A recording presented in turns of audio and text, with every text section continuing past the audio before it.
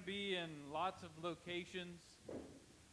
I'll read some scripture. Hopefully you grabbed a bulletin, or there's some handout in the back, I think, by Remy, or go grab a bulletin. Got quite a bit to cover today. It's going to be a little different because I really want this to be, as you kind of know, we're going to look at the humanity of Christ, and I've never, the Lord gave me a hunger to pursue this topic, and I hadn't quite arrived at the why until recently. I just knew like it's something like He had shown for me to be very important for us to truly like talk about, even some of the areas where we may be uncomfortable. And it's for this reason. It is I believe there is a gap that has been created by religion between who Jesus is and who we are. For two reasons. I believe we've made Jesus, his ministry here on earth, less human than it really was. Like, I think we've got this picture of a floating, glowing Jesus that, I'm sorry, like all those bad movies you've seen of Jesus that portray him in this spiritually robotic way, I'm just going to challenge you to try to unsee that, because I believe he was a man with a personality that dealt with stuff like you and I deal with. Okay? So he's a lot more human than I believe religion has made him. I mean, look at the pictures they illustrate of him on earth. Like it comes from a lot of Catholicism, I know, but his face is glowing, and he's just like wearing this white robe. I'm like, this guy's a hardworking, blue-collar Jewish man. Like there's no dirt on this thing. Like, come on. This is what I'm getting at. In this, I'm actually, you're going to see me not lowering Jesus by showing you his humanity. I'm going to lift him higher than hopefully you've ever seen him before. That's my goal, because inside of what I'm about to show you that he went through and who he was, he walked out perfection. Okay, so I'm not taking away his deity or his perfection. So that's him, and I believe we've been taught by the church that we're not as Christ-like as we should be. And you've heard me say this over and over about, we're honestly taught and inundated that we're like these poor, struggling sinners. But at the same time, the Bible calls us to walk as he walked. So that's really confusing for me. So I have this large gap in which I believe living a life like Christ, if I were just to be honest, and what it seems to be in our culture seems unattainable, when the Bible instructs me to do it. So I believe part of that is just looking at his humanity and understanding who he was and what he went through. And here's what we're going to do. As I go through this first part, there may be some things I've had a hard time trying to communicate in some of these topics about Christ. And I'm going to rely on some of the individuals in our church who I believe God has given the ability to teach. If you want to interject, if you want to help, if something I say could be said in a better way or clarified, like you shout right out. If you want to yell blasphemer, like we can work it out. Like this is a safe space. Like if you think I'm offline, like then let's get up and let's pursue truth, because I don't want to be right. I want to arrive at truth. That I hope you know that about me. Like I don't have a area of theology. Like I just want to walk in what the Word says. So we're going to talk about some stuff. And then what we're going to do after this, and I hope this may have to take a few weeks. I want to paint this picture of what abundant life looked like on this earth, seen perfectly through the person and work of Jesus Christ. And then I want to see, and you don't even have to raise hands or affirm, then we're going to talk about you doing that. You living out the abundant life that he demonstrated. I'm not going to try to convince you. I've done that long enough that it's possible. So if you're like, tired of me talking about, I'm going to talk to those people who say, I believe it's possible. And then here's what we're going to do, because we've done this, so what would Jesus do? Like, the saying, I don't know, I'm getting kind of dated. How long ago was that? Long time ago. We say this, what would Jesus do and how would he be? And then we just think about it for a while. Have we read the Gospels truly from the perspective of aligning my life with how he interacted with people? Or have we read the Gospels just again as, hey, we believe this is true, it's 2,000 years old, this historic, Jesus really was the Messiah, he did all these things. But have we shifted our focus and read, like, if he's the pioneer of my faith, the author and finisher, if he has blazed the trail, and I am supposed to follow him, have I read the stories of Christ from a perspective of how did he engage people and what did he do? Because I'm going to replicate that here on this earth. Are you following me? So if you believe you can replicate the life of Christ here on this earth, not that you are going to walk in perfect perfection. You already messed that up when you're born. I believe in original sin. But if you believe that in the Spirit, being born again, you can live like Christ, and I will try to convince you just quickly today, because it's in God's Word.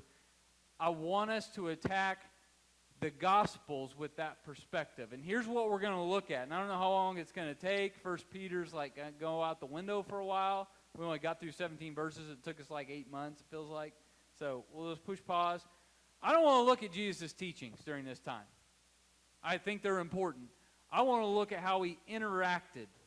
I want to look at his actions. I want to look how he responded to people. I want to look at what he did. And we're gonna attack this week by week and saying, okay, if this is what he did, this should be the standard of normal Christianity for us. Okay? Are we good with that? So, I want to make Jesus seem real to you today. Not going to lower him, not going to put anything on him. Just want to make him seem like a real person, because a lot of you I don't think probably really see him in that picture. We're going to start with the first one, and again, some of you guys interject if you want to clarify. The first thing I think is most important I want to show you that's just kind of fun.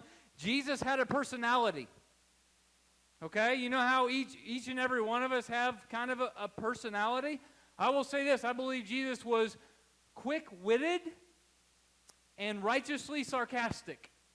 He just had this. Sarcasm isn't a horrible thing. If it's meant to, it can be a very effective tool. Most people use it incorrectly, and it harms people passive-aggressively. But Jesus had this personality, and if you'll see his personality from the Gospels, it's very important to see, this is a real person that had a different type of personality like some of us have. So I want to show you some of those things just real quick. We're not going to read all the verses. In Luke 13, he's talking about Herod, and he says, go and tell that fox. Okay, and that seems like kind of weird. He's literally, it's actually, the correct word is vixen. Go and tell that female fox, like it is a complete, hilarious slang of speech that he throws right in there to respond to what somebody's talking about with Herod. It wasn't this, if you pictured 1970s Jesus with the white robe, long hair, and just go and tell that fox. I don't know what he's doing, that earth shining. He's just throwing out this quick-witted statement here in Matthew 23. Okay, in verse 15, when he says, "Woe to you, scribes and Pharisees! You do all this hard work and make people twice as fit for hell as you are." That is a very, very, the personality of Jesus, I promise you, is coming out in that statement. In Mark 3, this one's pretty good. He names James and John. The English name would be the sons of thunder. He does that in Mark 3. And he does this prophetically in the fact that in Luke 9, he sees James and John, these disciples, he says, hey, you're going to be called sons of thunder, because James and John had this thing where they kind of thought they had this authority and they were quick to move on and harness the power of God. And in Luke 9, they asked, this is the part, if you remember, like, hey, should we call down fire from heaven and just get rid of these people? So Jesus in Mark 3, I believe he's being funny. He's saying, hey, these two sons of thunder, put that back in your back pocket. When they start talking later on, you're going to figure out why I nicknamed him. In Luke 6, he uses this insane analogy of, look at the speck in your own eye, like take the log out of your eye, like picture that. It literally means log. So picture this long 10-foot, 2-foot diameter oak tree. Take the log out of your own eye so you can see the speck in someone else's eye, this small sawdust particle. Like he's not just saying this, again, like it's just some person without a personality. He's using this crazy, insane analogy to try to prove a point, and you got to see his humanity in these things. My favorite one is in John 1, and I'll actually read this and show you this one. This one's really good. You got to know a little background on it. It is about Nathaniel. They tell, I'm trying to date the story, get the story here. John 1. I'm going to give you a little background. It's worth it, and then we're gonna go pretty fast. I will stop and read some of the ones that you're probably kind of like, ooh, that sounds, I've never heard anybody say that. Sounds a little sketchy. 46 and 47, when he calls, Jesus found Philip, and then Philip goes and calls Nathaniel. Kind of get this is where he's gathering disciples. And in 46, he says, Nathaniel said to him, talking about Philip, can any good thing come out of Nazareth? And Philip said to him, come and see. So Nathaniel, and Jesus is not around. Nathaniel is saying, hey, I know about this Nazareth place. Can anything good come out of Nazareth? Like it's known as being a place where definitely the Messiah wouldn't come out of. And he shows up. Jesus saw Nathanael coming to him and said of him, behold an Israelite indeed in whom there is no deceit. So he calls him out for his background. And you don't even know it because of what's going on. So get this. Can anything come from Nazareth a mile away? And they're walking up to Jesus and say, hey, behold an Israelite indeed in whom there is no deceit. By saying Israelite, he's saying from the family of Jacob. Does anybody know what Jacob means? Deceiver. One who deceives. So he's just like, Nathaniel, you want to call me out from being from Nazareth? I'm going to call you out from being an Israelite, from being from the family of Jacob. And he's not doing that because he's mad. I think he's doing that because he had a personality. He was a real guy. And I wonder how Nathaniel, he couldn't be like, how dare you? Because you just called out Jesus like 10 minutes ago. You're like, okay, so maybe I, like, I'm not deceitful. Gil, what you got?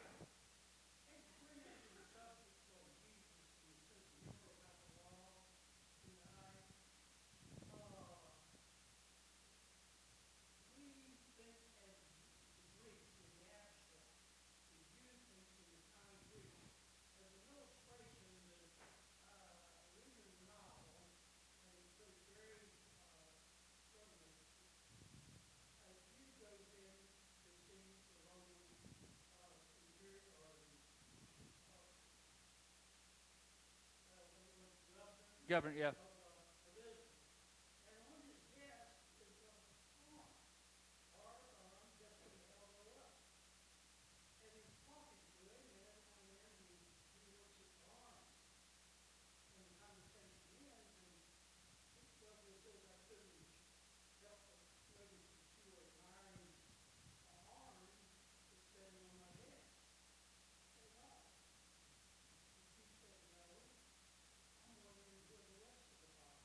Yeah, okay. Yeah, like calling out the literal. So the log issue is a joke that there's a rolling in the eye and all that. Mm-hmm. Yeah, for sure. Okay, so had a personality. So now let's get into some of these things. I believe the Bible shows clearly that Jesus had free will. This is maybe a hard one. I've never heard this talked about. So again, safe space. I believe Jesus had the ability to choose. Okay? Just because you have the ability to do something doesn't mean that you're imperfect. Okay? So he had the ability to choose, and I would take you to Romans 5:19. I would look at other places. It says, through one man's disobedience, talking about Adam, the many were made sinners. Even so, through the obedience of the one, the many will be made righteous. Over and over, we see this fact that Christ was obedient. And here's what I know about obedience. What has to occur before someone to be obedient to something? Huh? You have to have a choice. You have to choose, because otherwise there's no obedience. So I believe here on this earth, Jesus wasn't a pre-programmed deity sent here to execute the plan. He was sent here with the ability to be obedient or disobedient. Now, what's good for us, he had the fullness of deity in him, and he was completely obedient, correct? But I believe he had choice. Does anybody want to add, clarify, or say anything about that?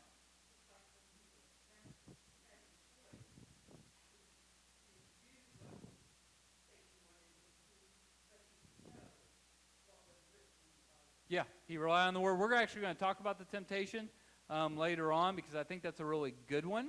And I would even say this. I think he was actually tempted. Like, if you don't eat for 40 days and you see bread, does that make you feel hungry? I believe Jesus is like, I think he was like, that looks good. But it doesn't matter, because I'm here on mission to do the will of my Father. All right? So we got to see that. That's the next one. Matthew 4, we see that he dealt with temptation. We'll talk about that one quite a bit. I believe what you see, and here's what's good so far. These are going to relate to you and I here on this earth, and that's good news. He dealt with anger. John 2, in the temple, he braided a whip, he turned over tables, he reacted in anger. Matthew 23, the whole chapter when he's rebuking the Pharisees, I believe, was done in anger. Now, here's what you got to know about anger. Anger doesn't always manifest itself in a clenched fist and an aggressiveness. Are you following me? Anger can be me crying right now. I can be in tears, and I wonder this. I pictured this the other day when I was looking at Matthew 23.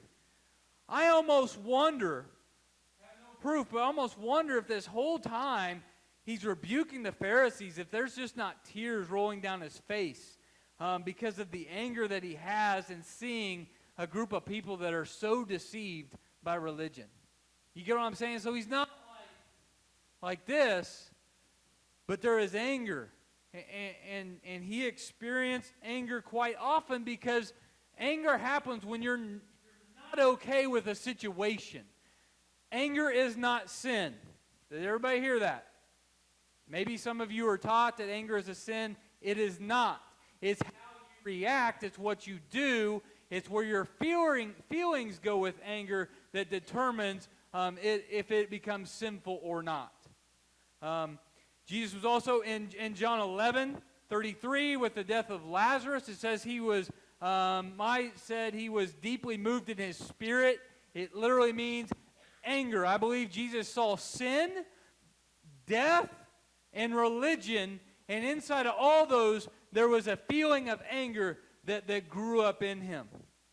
Now, what's good for you and I is he walked in the supernatural, in the Spirit, while navigating those feelings of anger. Okay? He dealt with frustration. Okay, I want to show you kind of that one where he says, you unbelieving and perverse generation. We talked about this last week. How long must I put up with you? I believe he was frustrated. And again, frustration is not a sin. It's how you communicate and how you act if you treat other people with frustration.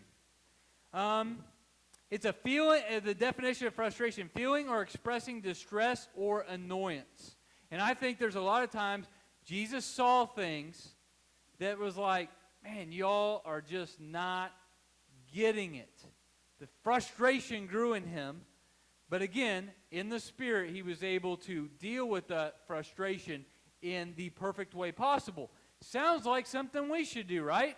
Anybody deal with frustration here? Like, I get frustrated a lot, my personality. How about anger? You ever get mad at things?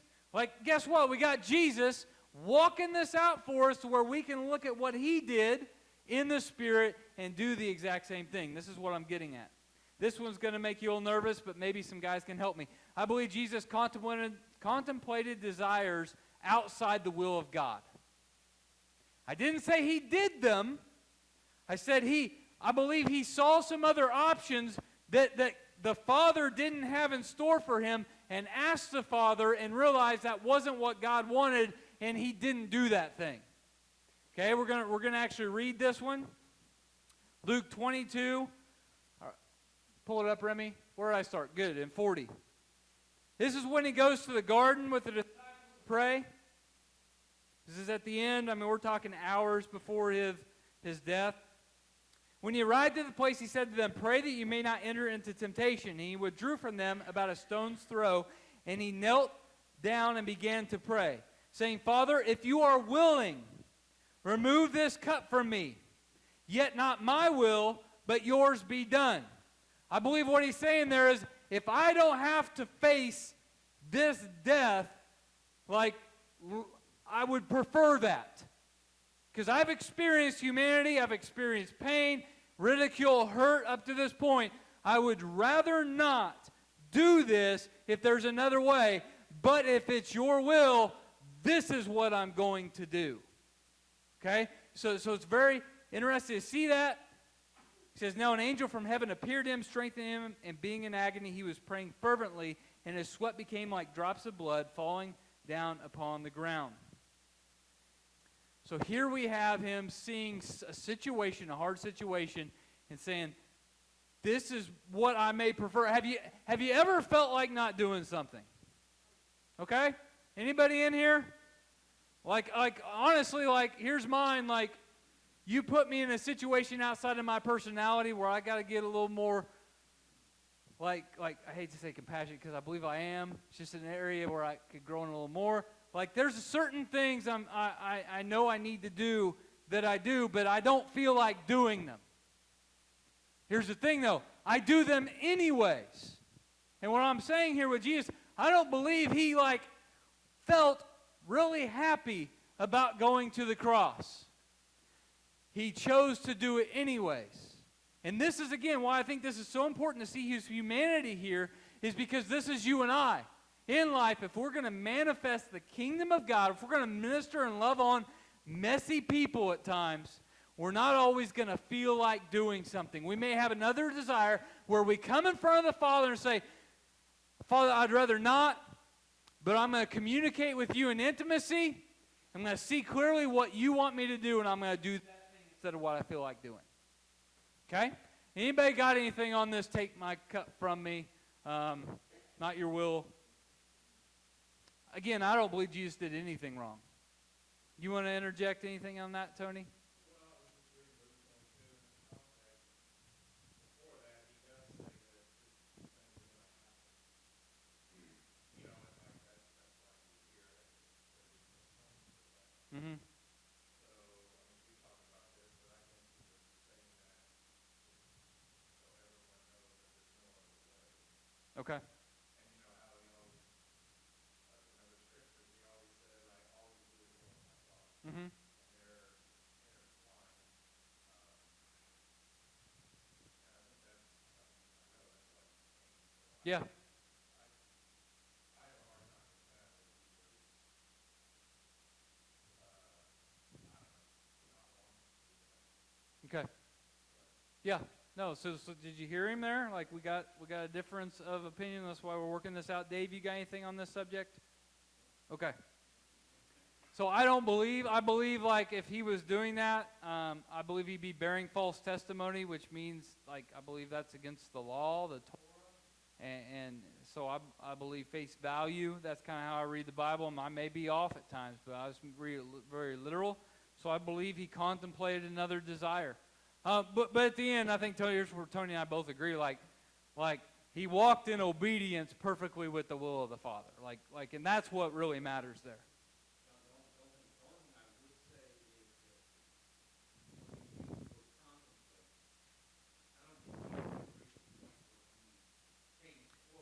It's hard to pick a word there, but go ahead.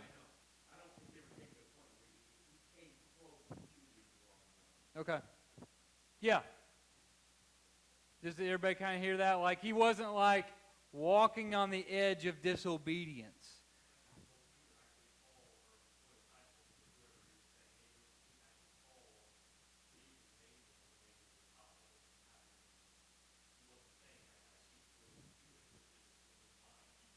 I have the power and authority to do that if I want.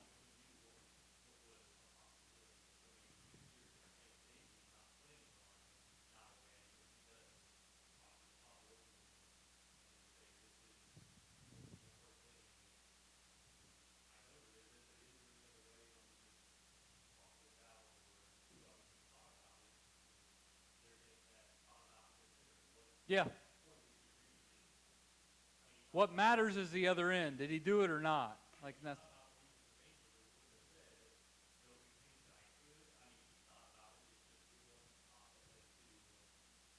Yeah. That's good. Well said. That just what I tried to say, Robert said it. Okay? There's thoughts that enter in our mind that we just don't take hold of and give ourselves over to if they don't align with the Father. This is kind of where I'm getting at. Okay, moving on. He grew. Luke 2 says he grew in wisdom. This one baffles me. I need some biblical scholars here. Because again, if he is walking out, if he is not only my sacrifice, because the cross and resurrection are huge, but his life is a blueprint of abundant life here on this earth for me and you. And he grew in wisdom, and I would dare say we need to continue to grow in wisdom. What does it mean that Jesus grew in wisdom?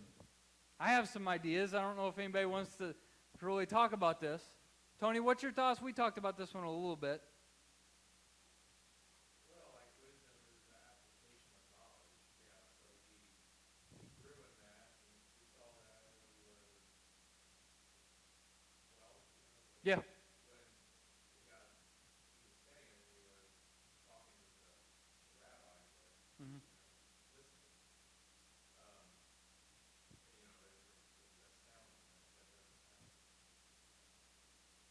So that's what I kind of. Yeah.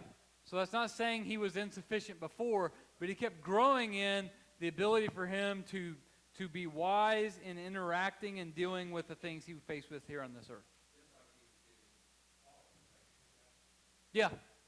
Yeah. Yeah. Okay, and then I'm just going to roll through some of these. They're not too controversial. I just wanted to again show. He experienced deep sorrow. John 11, Lazarus dies. Like anybody in here ever experienced deep sorrow? Would you like to know how to do it correctly? Like we can see Jesus as our pioneer here. He was physically exhausted in John 4. In Matthew 21, he experienced hunger. In Mark 4, he was sleeping. I believe Jesus needed sleep. So here's what I believe happened. When Jesus came to this earth, he had to put on, I'm careful how I say this, the best way I can say it, and then it'll help. He had to put on a Genesis 3 meat suit. Like, I don't want to use the word flesh because he doesn't have a sin nature. He had to put on a sin-tainted body. Okay? Jesus.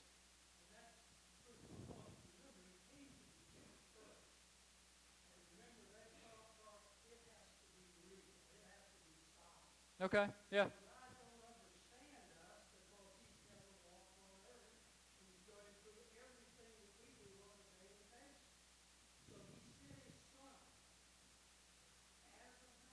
Yeah.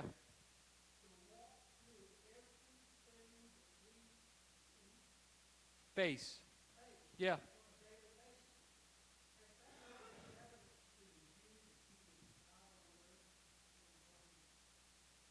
So he needed sleep. It was required based on the fact that he bore the flesh of man. And then here's just some stuff that I think you and I deal with and have faced, and some of them we haven't, but we can look at it as a picture. He dealt with false accusations all the time. You ever been falsely accused of something? We can look at the life of Christ and say, this is what our Messiah did. This is how we should do it. He was embarrassed.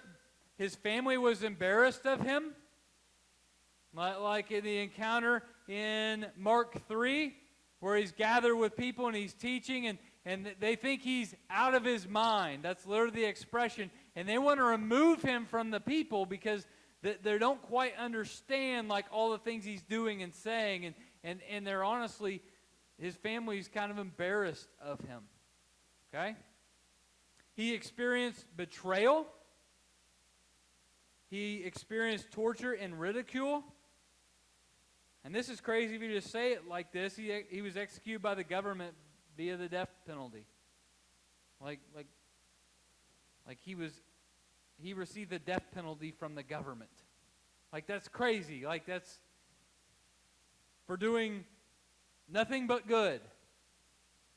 Okay, so that's Jesus. Is there anything else that I left out? We don't want to spend a lot of time, but just that kind of shows you again Jesus is a man. Any picture, anything that would help us right now? Because again, the goal right now is to take away the white robe, glowing face Jesus and replace it with an actual man with the fullness of the deity, walking in perfection of the Spirit. Anything that would help? Okay? Hopefully I did a decent job to at least get you to see that. So that's Jesus. He was a lot more human than I believe religion has portrayed him. Okay, well, let's go to us. We are a lot more like Christ than we have been told. And you've heard me talk about this over and over. Like, forever, growing up, I was kind of taught I was a weak, struggling sinner. And that was just a reality, and I should struggle well until I get to heaven someday. And, yeah. So when John started out, he was talking about the Lord and his appearance. Yeah. Isaiah 53:2 says, "For he shall grow up before him as a root out of dry ground. He has no form or comeliness, and when we see him, there is no beauty that we should desire him." He's the image of. So he wasn't. Yeah. Physically. Right. Yeah. And kind of like you said with the. And that again, it gives this, because I believe kind of the movies have made this guy, you just, by his physical appearance, you just like, oh, that's just a perfect looking guy. Yeah. And 5'6" actually. The average height of a Jewish man in the first century, 5'6". And there's no long blonde hair. He was a Nazarene, not a Nazarite. Okay, there's a difference. We're not going to go there, but so he's a lot different than. And by the way, he wasn't white. Can we just clear that up? My goodness, he looked more like Osama bin Laden than whoever, Matthew McConaughey. I don't know.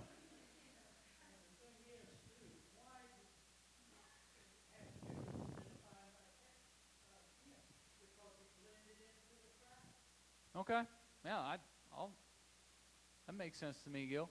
And also, when he wore the crown of thorns, it was good, but he got hurt. Yeah. That's what it goes on there. Yeah, the pain, experience that pain. That was real. He wasn't just acting like it hurt, like it really pained him.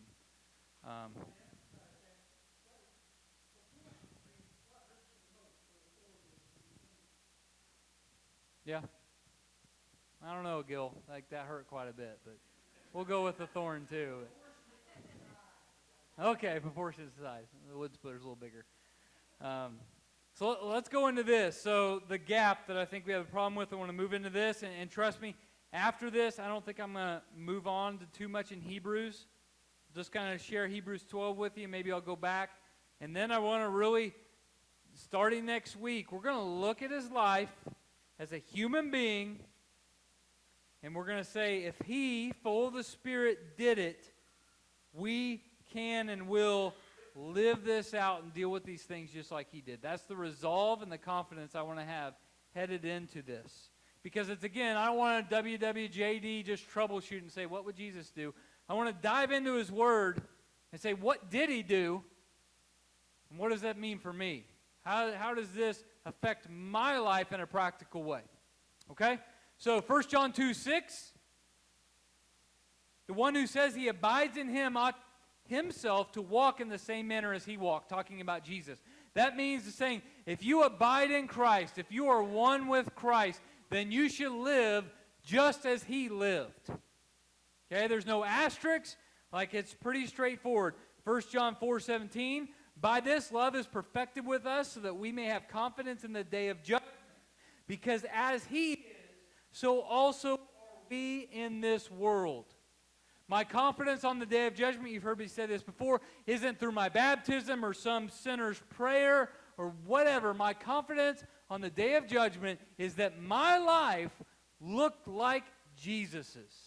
Not I gave it my best, but it literally, in the Spirit, I walked like the Messiah walked here on this earth. And I know for some of you, that's scary territory. I believe that's what we're called to. I believe that's what he paid the price for. I believe that's what the resurrection powered in us when the Spirit got deposited. And then in John 20:21, I love this. So Jesus said to them, peace be with you, as the Father has sent me. So get this, as the Father has sent me, Jesus, to this earth, I also send you, talking to his disciples. Okay, talking to his followers. So just as I've sent you to earth to walk this thing out, to live this thing out, just like the Father sent Jesus, Jesus now sends us to live out that same calling. All right?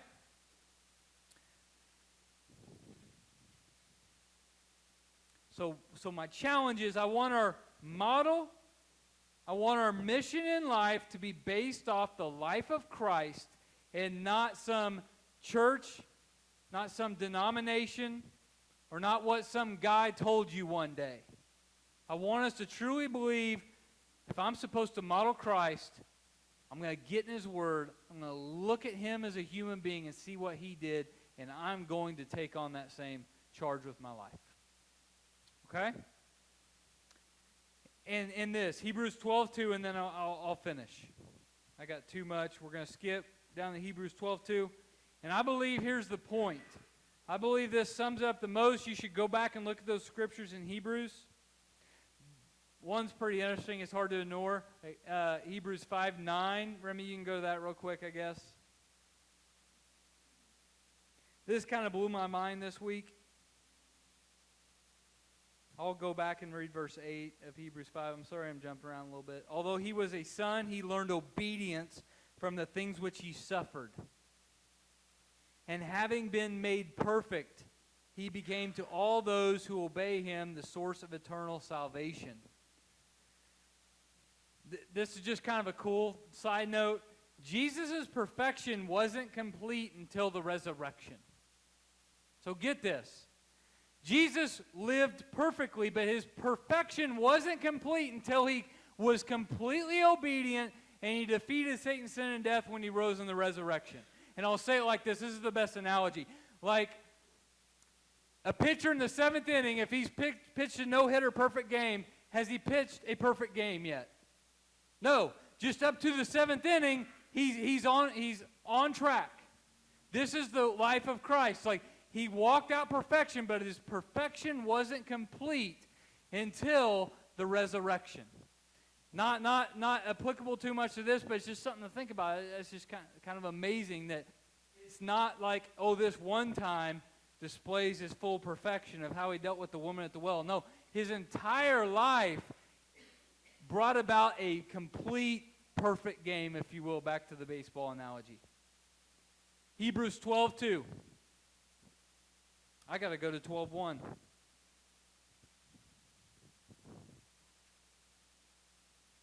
We're going to go to the Holman real quick because I can't get away from my Bible right now. And then I promise we'll finish up. Here's the call. What I'm calling you to do is let's run. Let's live this life the way we're called, and it's Hebrews 1:12-2. Therefore, since we also have such a large cloud of witnesses, that's pointing back to Hebrews 11, surrounding us, that means pretty much trusting and living for God works. That's Hebrews 11. Like, doing these things may not physically, may not on earth, work out the way you want. Ask Moses. You know, he dealt with some stuff. He gave up some things, short pleasure things to gain eternal things. Faith in God works, and here's the call to action. Let us lay aside every weight and the sin that so easily ensnares us.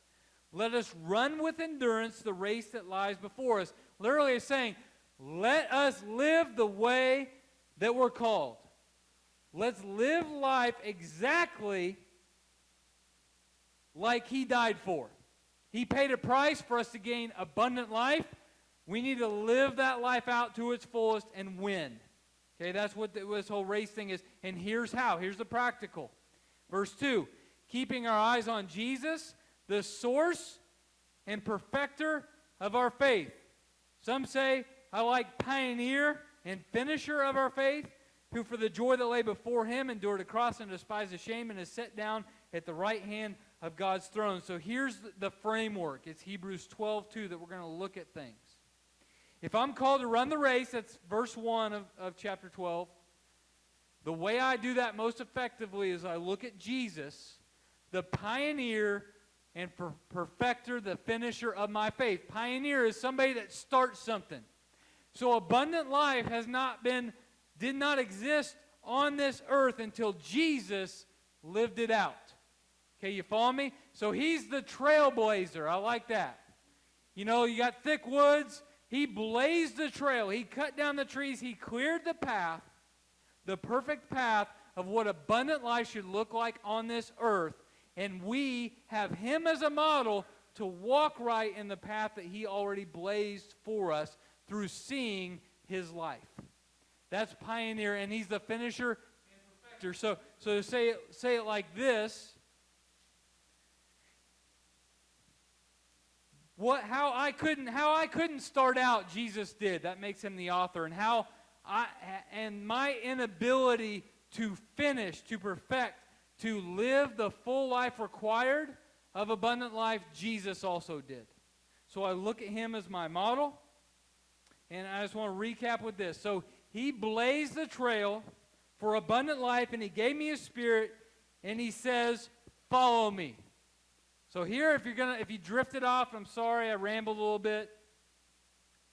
Here's what I believe today gives us hope for with the life of Christ and what we're going to look at. I can do all this with a personality. I don't have to be a spiritual robot. I don't have to become a monk somewhere or do something weird. Like, I can be a person just like Jesus. I can stand fast in truth when I'm tempted. I can get angry, but I don't have to sin. I can be frustrated with people, but instead I'll show them compassion instead of giving them a piece of my mind. When I have a desire or something enters in, I can stop and talk to my Father in heaven and make sure it aligns with Him. I can grow in wisdom. I can figure out and understand and believe that I can still find joy in experiencing deep sorrow. Through Him, I know I can deal with false accusations on my life. I can deal with people that are embarrassed of me because of what I do and how I act and the decisions I make because of my life in Christ. I can experience betrayal. I can face ridicule and possible martyrdom to my death, all by looking at who Christ was as a human. So we're going to change our focus. We're not going to read these Gospels as just a historical account of a record of some guy that lived. We believe that already.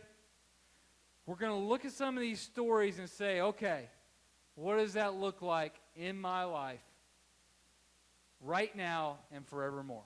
Let's pray.